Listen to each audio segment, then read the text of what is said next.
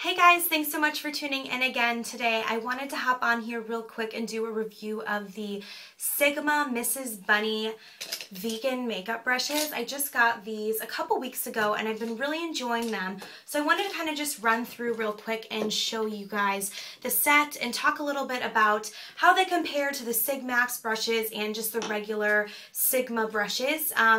I love Sigma. I have a lot of their brushes, and I had never bought one of the kits that come in these little kind of cup holders, and I'd always kind of had my eye on the Make Me Crazy ones, in particular the turquoise ones. I love those, but I just never quite budged because I had so many other Sigma brushes and so many other natural fibered brushes, and I was like, you know, I don't really need the whole kit. The line that I have purchased majority of are the Sigmax brushes, and the Sigmax brushes are made of synthetic filaments rather than natural fibered bristles like many of the other Sigma brushes. So anyways, when I saw the Mrs. Bunny kit come out, I just caved and I knew that I had to get it. So this kit's $100. You get, I believe, 15 brushes. They're all synthetic, they're vegan, so there's no animal byproducts used with these brushes. They come in two colors, the baby blue with the pink ferrules, and also, whoops, dropping things. They also come in a black with silver. I personally was a huge fan of the pink and blue. I just thought it was really cute and different. And I have a ton of black brushes, so I opted for the blue ones. So this is eye and face brushes. They also have a synthetic line of travel brushes. So if you have a lot of regular brushes already, but you're looking for more of the travel type set, you should look at that. There's less brushes that come in the kit, but it is a lot more affordable. I believe that set is about $50 and this is about $100. So I'm just going to kind of go ahead and just get started on some of the eye brushes. The first one is the large shader brush E60. This is just really great for patting color onto the lid or all over the eye. I really, really like that one. The next one is the E40 Tapered Blending Brush. This is your classic crease brush. This one, though, I would say, and another thing, I guess I forgot to mention this, but one of the reasons why I was really drawn to this set was because these brushes, being synthetic, mean that you can use them in so many other ways. You can use them on a lot more liquid and cream products that you can't use with the natural fibered bristles. So this is an example of a brush. This is traditionally used for the eye and the crease area, but this brush would be a great brush to use with your liquid concealer or your cream concealer under your eye to buff out concealer. So because it is synthetic and it doesn't shed at all, and it's specifically made to perform well with cream products, that's just one other use that you could use it for. So that is that one. The next one is the E30 pencil brush, and this one's a little dirty, sorry. It's the first pencil brush I've really ever owned, and I'm really liking that one. The next one is the E65 small angle brush. Really great for using a eyeshadow right along the lash line as a liner. You can also use it with cream or gel liner products. You can also use it with a powder, a brow powder. Lots of great uses for that one. The next one is the E55 eye shading brush, and this one's a little bit more fatter and denser than the E60. You can see the difference here. The E55 is shorter and fatter, and then the E60 is taller. So I tend to use this one more on the crease or the lid, and this one kind of as an all over. Both are great though. I think these are both really essential eye brushes. The next eye brush is the E05 eyeliner brush. Again, really great for eyeliner, cream, gel. You could use it on an eyeshadow as well, but for an eyeshadow I typically gravitate towards the angled one, and for cream or gel eyeliners I typically gravitate towards the more pointed one. That's my preference.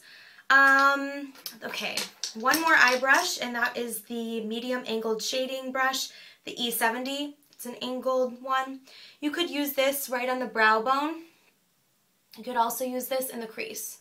Now this is another multi-purpose brush. They sell the HD Sigmax precision brushes. There's an angled one just like this that they say you can use for highlighting this area. So honestly, a lot of these brushes, while it's made as an eye brush, you could use it on your face too. You could use this for under eye concealer, powder under the eyes, highlighter, you know, highlighter on the sides of your nose, Cupid's bow. I mean, there's a lot of ways you could use this one. So, okay, now I'm going to go through the face brushes. The first one is the F30 large powder brush.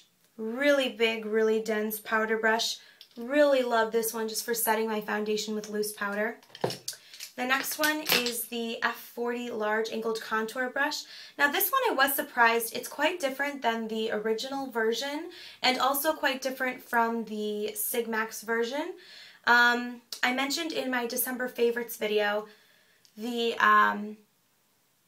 F40 is a lot less dense than the F84 angled top kabuki, the Sigmax one. So here's a comparison. This is the Sigmax one, and this is the regular one. So you can see that the Sigmax one is a lot denser and fatter and a little bit wider, longer as well. So I really like both of them. This one I think is a little bit more versatile because it's smaller. You can use it for cream bronzer, you know, powder bronzer, cream blush, powder blush. You could use it even for powder in your T-zone if you didn't want to, you know, use a really big brush like this because it's not as precise. But I really like this one. The regular version of this in the not synthetic kit is a lot fatter and fluffier, and I prefer that this one is really kind of skinny and just really precise. I usually like my face brushes to be a little bit small, on the smaller side. The next one is the F50 Duo Fiber Brush. Haven't used this one much, just don't really reach for it as much. I use this for like highlighting products to the cheeks or really pigmented blushes when you just want a wash of color. I know a lot of people that use these for foundation, but I really don't reach for this for foundation anymore. I should give it a try, but don't have much to say about that one. I think of all of these, this is probably my least favorite just because I feel like I have so many stippling brushes and I just never really use them anymore. The next one is the F60 Foundation Brush. Love, love, love this foundation brush. In comparison to the regular Sigma foundation brush, I think that the synthetic one is a little fatter and a little denser, which I personally love for like blending out foundation. And it just is a little faster too. You just kind of can cover really fast. I like it.